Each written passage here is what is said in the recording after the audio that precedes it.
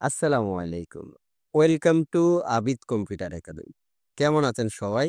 আশা করি সবাই ভালো আছেন। আজকের ভিডিওতে আপনাদের কাছে শেয়ার করব কিবোর্ডের ফটোশপের শর্টকাট ১৫ টি শর্টকাট কি। যখন আমরা ফটোশপের মাধ্যমে ছবি এডিট করি কিংবা কোনো ডকুমেন্ট এডিট করি তখন কিন্তু আমাদের এই কাজগুলা যদি আমরা শর্টকাটগুলা জানি তাহলে কিন্তু আমাদের কাজটা খুব দ্রুত সময়ে কিন্তু সম্পন্ন করতে পারি। তো আজকের ভিডিওতে এমন ১৫ টি শর্টকাট কি শেয়ার করব। আপনাদেরকে ভিডিওটি কেউ স্কিপ না করে পুরো ভিডিওটি দেখার চেষ্টা করবেন। যারা এখনো আমাদের চ্যানেলটি সাবস্ক্রাইব করেননি প্লিজ চ্যানেলটি সাবস্ক্রাইব করে বেল বাটনটি বাজিয়ে দিবেন। তো কথা না বাড়িয়ে চলুন আজকের ভিডিওটি শুরু করি।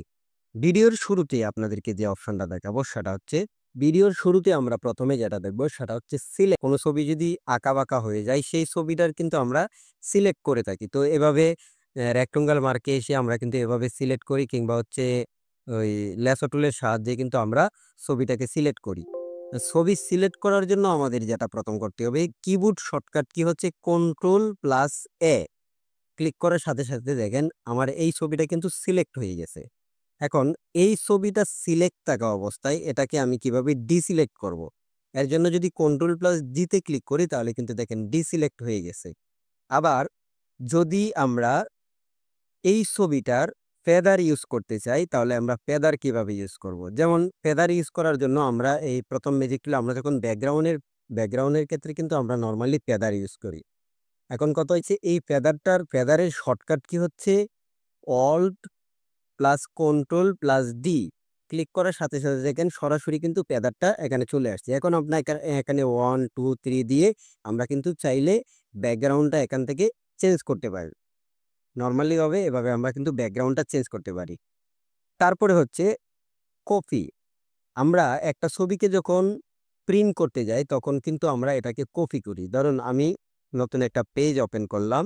ছবিটা সিলেক্ট থাকা অবস্থায় যদি আমরা কন্ট্রোল প্লাস সি তে ক্লিক করি তাহলে কিন্তু আমাদের ছবিটা সিলেক্ট হয়ে গেছে। এখন আমরা এই যে নতুন একটা পেজ আছে এই পেজে এনে যদি কন্ট্রোল প্লাস বি তে ক্লিক করি তাহলে দেখেন আমাদের ছবিটা কিন্তু এখানে চলে আসছে। তো আমরা চাইলে কন্ট্রোল প্লাস সি দিয়ে কপি এবং পেস্ট করে কিন্তু কাজকে খুব সহজে করে নিতে পারি। এখন আপনাদেরকে যেটা দেখাবো ধরুন এই ছবিটার শর্টকাট কি? ধরুন প্রথম যদি এই ছবিটা যদি বাঁকা হয়ে যায় আমরা কিভাবে সোজা করি? আমরা নিশ্চয়ই ট্রান্সফর্মের মাধ্যমে সোজা করে থাকি। ট্রান্সফর্মার শর্টকাট কি হচ্ছে? ধরুন ছবিটাকে প্রথম আমি কন্ট্রোল প্লাস এ তে সিলেক্ট করলাম।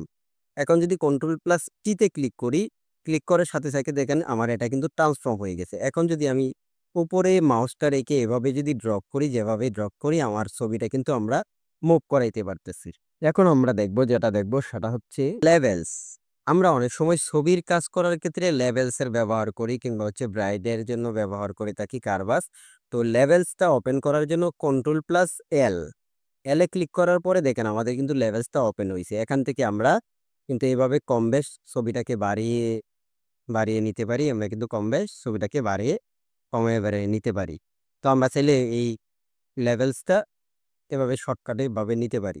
তারপরে আমরা দেখব কারবাস। কারবাস হচ্ছে যদি আমরা control plus M A click করি, ক্লিক করার পরে দেখেন আমাদের এই কারবাস টেবিলটা এটা ওপেন হয়েছে। এখন এখান থেকে যদি আমরা একটু আলো ব্রাইট করতে চাই আরো ব্রাইট হবে। যদি এখান থেকে যদি আমরা এটাকে নিচে আনি তাহলে দেখেন এটা কিন্তু আরো ডার্ক হচ্ছে। তো আমরা চাইলে খুব সহজেই এটা করে নিতে পারি। এরপরে আমরা যেটা দেখব সেটা হচ্ছে সলিউশন। কন্ট্রোল প্লাস ইউতে ক্লিক করলে আমাদের হাব সিচুয়েশন। এই হাব সিচুয়েশনের এখান থেকে আমরা কিন্তু কালার কম বেশ করে নিতে পারি। ছবিতে যদি আমাদের কালার অ্যাডজাস্ট করা লাগে, কালার কম বেশ করা লাগে তখন কিন্তু আমরা এখান থেকে করে নিতে পারি। তার ধরুন এই ছবিটাকে আমি প্রিন্ট করব কিংবা আমি ডকুমেন্টের কোনো কাজ করতেছি সেই ডকুমেন্টের জন্য আমার নতুন একটা পেজ ওপেন করা লাগে। নরমালি আমরা করি কি এই ফাইলে যাওয়ার পরে এখানে নিউ এ ক্লিক করে আমরা কিন্তু এভাবে ফাইলে ওপেন করি। এখন দেখেন এটা যদি আমরা control plus N A click করি, এন এ ক্লিক করার পরে দেখেন এখানে নিউ। এখন আমরা এখানে দেখেন প্রেস সাইজ। আমরা এখান থেকে এ4 সাইজ কিংবা 4R সাইজ যে সাইজে আমরা করি না কেন সেই সাইজ আমরা করার পরে আমরা সেই সাইজ করার পরে আমরা ওকেতে ক্লিক করব। ওকেতে ক্লিক করার পরে দেখেন আমাদের এখানে কিন্তু এ4 সাইজটা চলে আসছে। এখন আমরা চাইলে এই ছবিটাকে এখান থেকে এখানে মুভ করে এনে আমরা তখন কিন্তু প্রিন্ট করতে পারি নরমালি। ওপেন করা। ধরুন আমি এই ছবিটা এখানে ওপেন করছি। এখন আমি চাচ্ছি যে আরো কয়েকটা ছবি ওপেন করতে, কিংবা আমি নতুন, নতুন একবারে এরকম নিউ পেজ এখন আমি চাচ্ছি নতুন একটা ছবি কিংবা আমার ডকুমেন্ট ওপেন করতে। কন্ট্রোল প্লাস ও তে যদি ক্লিক করি তাহলে দেখেন ওপেনে সরাসরি চলে গেছে। আপনি যে এখান থেকে আপনার ব্রাউজার থেকে যেকোনো ছবি কিন্তু আপনি অটোমেটিক্যালি এখান থেকে সিলেক্ট করে নিয়ে আসতে পারেন। তারপরে হচ্ছে সেভ করা। যেমন আমি আমার এই যে ছবিটা এটাকে আমি সেভ করব। সেভ করার জন্য control plus S A click করব। ক্লিক করার পরে দেখেন এখানে কিন্তু সরাসরি জেপিজি আকারে যদি আমি ওকেতে ক্লিক করি তাহলে এটা কিন্তু আমার সেভ হয়ে যাবে। এখন কোথায় সেভ হবে? সেটা হচ্ছে যে আমি যেখান থেকে ছবিটা ওপেন করছি যে ফাইল থেকে সেই ফাইলেই কিন্তু এটা সেভ হবে। Control plus all plus S A যদি আমরা ক্লিক করি তাহলে সরাসরি কিন্তু আমাদের ফাইলে নিয়ে যাবে। তো আমাদের যে পিসির ফাইলটা আছে সেই ফাইলে নিয়ে যাবে। এখন আপনি চাইলে যেকোনো একটি ফাইল সিলেক্ট করে সেই ফাইলে কিন্তু সেভ করতে পারেন। ১৪ নম্বর যে অপশনটা আমরা দেখব সেটা হচ্ছে প্রিন্ট করা। ধরুন এই ছবিটা আমি পাসপোর্ট আকারের ছবি এটা সিলেক্ট করার পরে আমি প্রিন্ট করতে চাই। এর জন্য control plus M A click করার পর আমরা যখন নতুন একটা পেজ নেই, এখন এটাকে আমি প্রিন্ট করব। এর জন্য মুভ করে এখানে আনার পর যদি আমি সিলেক্ট করা অবস্থায় এটা যদি আমি প্রিন্ট করতে চাই, প্রিন্ট করার জন্য আমার যেটা করতে হবে আমরা করি কি, ফাইলে আসার পরে এখানে দেখেন এই যে প্রিন্ট অপশনটা আছে। এখন আমরা যদি এখান থেকে সরাসরি প্রিন্ট করতে চাই তাহলে কন্ট্রোল প্লাস পি তে ক্লিক করব। পি তে ক্লিক করার পরে এখান থেকে প্রিন্ট সেটআপটা করে নিয়ে কিভাবে প্রিন্ট সেটআপ করবেন আমার এই একটা ভিডিও আছে। এই ভিডিওটা দেখার পরে আপনি যেকোনো ডকুমেন্ট কোন ছবি কোন সবকিছুই কিন্তু প্রিন্ট করতে পারবেন ইজিলি ভাবে। তো এই ভিডিওটা দেখে আসবেন। তো প্রিন্টটা দেখলাম। এরপরে আমরা এখন চাচ্ছি আমরা অনেকক্ষণ কাজ করছি। ধরুন আমরা ঘন্টা খানেক কিংবা সারাটা দিনভর কাজ করছি। ফটোশপে অনেক কিছু আমরা করলাম।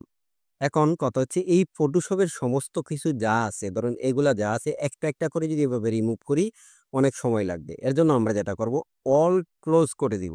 ক্লোজ কন্ট্রোল প্লাস ডব্লিউ তে ক্লিক করার পর আমরা যদি এটাকে সেভ করতে চাই সেভ করতে পারবো। আর যদি আমরা সেভ না করি তাহলে নো তে ক্লিক করব। নো তে ক্লিক করার সাথে, সাথে কিন্তু আমাদের এটা দেখেন একবারে কিন্তু ফটোশপটা যেভাবে আমরা নতুন অবস্থায় ওপেন করি ঠিক সেভাবেই কিন্তু আছে।